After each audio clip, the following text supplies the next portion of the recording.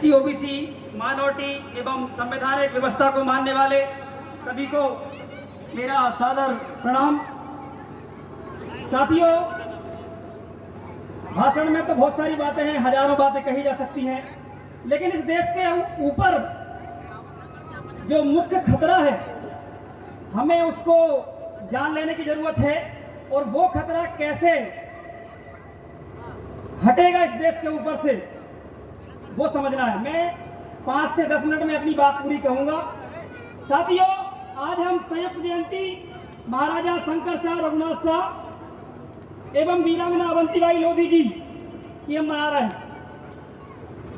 शंकर शाह रघुनाथ शाह की जब अंग्रेजों को भगाने के लिए जब मीटिंग चल रही थी उनके तीर गांव में, आप लोग सब जानते होंगे, तो उस मीटिंग में एक 25 साल की बेटी जिसको वीरांगना अवंतीबाई लोधी कहा जाता है वो भी उसमें शामिल थी। हमारी बहनों को मैं बताना चाहता हूं कि आप लोग अपनी बेटियों को घर से बाहर निकालिए। 1857 में हमारे राजा महाराजा जो थे उस समय अपनी बेटियों को देश की लड़ाई के लिए तैयार करके और आगे बढ़ाया उन्होंने। और जो मीटिंग हुई उसमें वीरांगना अवंतीबाई लोधी जी से पूछा गया, शंकर शाह रघुनाथ शाह जी ने कि आप ये लड़ाई लड़ोगे क्या? उन्होंने कहा बिल्कुल लड़ेंगे और पूरे गोंडवाना साम्राज्य में चूड़ियां भेजने का काम करूंगी, मैं चूड़ियां भेजने का काम करूंगी जो हमारा साथ नहीं देगा अंग्रेजों के खिलाफ। ये वीरांगना अवंतीबाई लोधी थी जो 25 साल की थी उस समय। और हम जिनकी जयंती मना रहे हैं शंकर शाह रघुनाथ शाह, हमें गर्व होना चाहिए कि ये झुके नहीं है, चाहे इनको तोप के सामने खड़ा करके क्यों ना मार दिया गया हो सकता। चाहते तो इनको फांसी दे सकते थे, गोली मार सकते थे, समझने का प्रयास करें, लेकिन तोप से ही क्यों लाया गया? क्योंकि अंग्रेज चाहते थे कि एक ऐसा डर पैदा किया जाए गोंडवाना साम्राज्य में कि कोई भी कभी अंग्रेजों से बगावत न करे। लेकिन शंकर शाह रघुनाथ शाह भी ऐसे थे, उन्होंने कहा तुमको जो करना है वो कर लो। तोप के सामने लगा दिया, बोला कि आप क्या विद्रोह कराओगे कि नहीं कराओगे? उन्होंने कहा करेंगे, एक तोप के सामने नहीं 10 तोप के सामने लगा के मार दो, कोई दिक्कत नहीं। तो ये कौम तो बैठी है, लेकिन आज इस कौम पर खतरा क्या है? गिनती के कुछ लोग जो लड़े हैं उनके नाम तो पूरी दुनिया में गाए जाते हैं, लेकिन जो ओबीसी एसटी माइनॉरिटी समाज के जो लड़े हैं उनका कोई नाम नहीं लेता, उनके ऊपर कोई सीरियल नहीं बनता, उनके ऊपर कोई टीवी में कोई सीरियल नहीं आता। शंकर शाह रघुनाथ साहब के ऊपर कोई सीरियल आया क्या? वीरांगना अवंतीबाई लोधी पे आया क्या? तो ये मनुवादी पूरा जो चैनल है ये सारे लोग ओबीसी समाज के लोगों को, एसटी समाज के लोगों को रोकने का काम करते हैं। जो आपको टीवी में दिखाया जा रहा वो आपका इतिहास नहीं है। जो टीवी में अभी एक मूवी आई है खंगरान, उस मूवी को कौन रोक रहा है? ये मनुवादी जो चैनल है, जो टीवी चल रहा है ना, सारा का सारा उन्हीं के हाथ में। अरे जो सत्य है उसको दिखाना चाहिए। इसलिए इस देश के अंदर अगर हम बहुजनों को राज करना है, बहुजन का मतलब ये नहीं है सिर्फ ओबीसी एसटी है। ठाकुर समाज के अर्जुन सिंह जी ने भी ओबीसी समाज को 27% देने का अधिकार दिया। ऐसा नहीं है, जो इस देश का है, इस मिट्टी का है, इस मिट्टी में जिसका खून है वो बहुजन है, इस देश का मूल निवासी है साथी। लेकिन आप देखिए मध्य प्रदेश के अंदर ये बीजेपी की सरकार 13% होल्ड करके रखी है। बरसों की लड़ाई लड़ने के बाद यहाँ सौरभ लोधी बैठा है। पुलिस ने जबलपुर में इतने लाठी मारे थे कि वो मर गया था, मरने के बराबर, लेकिन पुलिस ने उसको रख लिया। उनने सोचा अगर मर जाएगा तो बताएंगे नहीं, अगर सांस चलने लगेगी तो बता देंगे। हम लोगों ने 4 घंटे सर्च किया। ये मध्य प्रदेश की सरकार ऐसी है और हमारे सामने जब जब ओबीसी महासभा आंदोलन करती है 10,000 की पुलिस खड़ी कर देती है। बताइए ऐसा हम लोग क्या गलत करते हैं? हम यही तो कह रहे हैं हमारी जाति जनगणना करा दो। अरे क्यों कराना है इसको समझो। सबको मैं बता रहा हूं, ये जो क्षेत्र है बहुरीबंद, ये मध्य प्रदेश, ये कोई जिला, आप बताइए इस क्षेत्र में हम ओबीसी एसटी एससी समाज के लोग ज्यादा रहते हैं, रहते कि नहीं रहते? बताइए, हाथ उठा के रहते हैं क्या? तो इस क्षेत्र में जो अधिकारी कर्मचारी होना चाहिए ज्यादा हमारे होना चाहिए, नहीं होना चाहिए?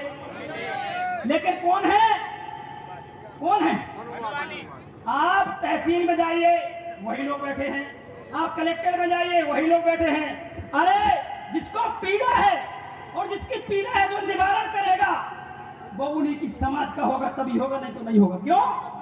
क्योंकि जो कलेक्टर, जो तहसीलदार, जो आरआई, जो पटवारी आता है तुम्हारे पास, वो भी अपनी जाति में शादी करके आया है, आता कि नहीं आता? तो फिर तुम्हारे काम क्यों करेगा? वो पहले से ही जातिवादी है, ऐसा तो है नहीं कि कोई अधिकारी आके दूसरी समाज में शादी करके आया हो। तो वो जब पहले से जातिवाद होता है उनका, तो वो काम में भी जातिवाद करते हैं। इसलिए अगर लोधी में होल्ड है तो लोधी कलेक्टर होना चाहिए, आदिवासी में होल्ड है तो आदिवासी कलेक्टर होना चाहिए, कुर्मी कलेक्टर होना चाहिए, यादव होना चाहिए, साहू होना चाहिए, रेखवार होना चाहिए, प्रजापति, सब हमारे जो ओबीसी वर्ग के हैं वहां पर, क्योंकि हम संवैधानिक तौर पे अगर हमें अधिकार मिलेंगे तो फिर हम ओबीसी हैं। सिर्फ संविधान में हमको 340 जो अनुच्छेद लिखा है, 15(4) जो 16(4) जो अधिनियम है, उसमें साफ तौर पे आपको कहीं भी जाति के नाम पे कोई अधिकार नहीं। आपको सिर्फ और सिर्फ आपको ओबीसी होने पे, पिछड़ा वर्ग होने पे ही अधिकार है। इसलिए अपनी जाति पे गर्व करना बंद कर दो, ओबीसी बन जाओ, पिछड़ा वर्ग। और अगर लड़ाई, देखिए हम लोग तो लगातार लड़ रहे हैं, कमलेश्वर पटेल जी भी लड़ रहे हैं, कांग्रेस लड़ रही है, कांग्रेस के बड़े नेता लड़ रहे हैं। लेकिन मैं उनसे पूछना चाहता हूं कि आखिर जिस तरीके से आप किसानों की लड़ाई कर लड़ रहे हो, अगर उसी में एक मुद्दा जाति जनगणना डालो तो क्या बनाइए? बताइए,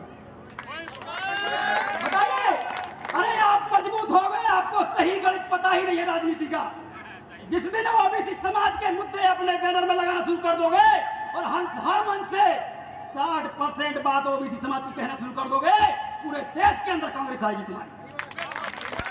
लेकिन एक बड़ा नेता वहां पर दिन रात ओबीसी की बात कर रहा है और सारे पीछे के नेता एक भी ओबीसी की बात नहीं करते। अरे आपके नेताओं ने ओबीसी को कई लड़ाई लड़ी है, 27% की जाति जनगणना की, आप भी लड़ो, क्या दिक्कत है?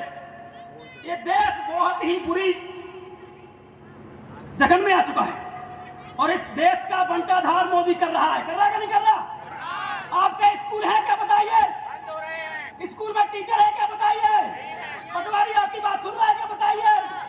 जो आप मांग रहे हैं सरकार से वो क्या दे रहे हैं क्या? ये सरकार सिर्फ बनियों को और गुजरातियों को दे रही है, दे रही है कि नहीं दे रही? आप जब जबलपुर में चले जाओ, कटनी में चले जाओ, सारे खनन गुजराती कर रहे हैं, कर रहे कि नहीं कर रहे? वो उनके बच्चे विदेश में पढ़ रहे हो, तुम्हारे स्कूल खत्म कर रहे हैं, कर रहे कि नहीं कर रहे? आप पता कर लो, बड़े बड़े नेता, उनके डॉक्टर, जो कलेक्टर हैं और जो नेता हैं, उनके सारे बच्चे विदेश में पढ़ते हैं और हमारे स्कूल भी नहीं। बोला बाबा साहब भीमराव अम्बेडकर आए और उन्हें अधिकार दिए सारे के सारे, जिसके कारण हम थोड़े से पढ़ गए और इस मंच से दहाड़ रहे। लेकिन मुझे पता है अगर सड़कों पे नहीं निकले, अगर विचारधारा आपने शंकर शाह रघुनाथ शाह की नहीं अपनाई, तो ये टोल टैक्स जो लगाए गए हैं ना, वहां से गोलियों से भूंजे जाओगे। ये टोल टैक्स गुजरातियों के हैं, ये टोल टैक्स मनुवादियों के हैं। मुझे बताइए आप, एक भी टोल टैक्स कोई पटेल का हो, कोई कुशवाहा का हो, कोई आदिवासी समाज का हो, बता है क्या किसी का? तो हम इस देश में गुलाम है ना, है क्या नहीं है? इसलिए गुलामी से अगर निकलना है तो जाति जनगणना के लिए लड़ना पड़ेगा, चाहे लट्टों से क्यों न लड़ना पड़ेगा। समझ गए ना? इस देश में तरह तरह के कानून लाए जा रहे हैं, कभी ये बोर्ड हटाएंगे, कभी ये करेंगे। आप बताइए, मंदिरों में जो संपत्ति लगी है किसकी लगी? बताइए। ओबीसी की लगी, लगी कि नहीं लगी? हमने मंदिर बनाए, हमने ही जमीनें लगाई और उन जमीनों को अटल बिहारी वाजपेयी ने महंत के नाम कर दिया। अब उस कमेटी से कलेक्टर को भी हटा दिया जो 2 साल पहले आया था पुजारी, वो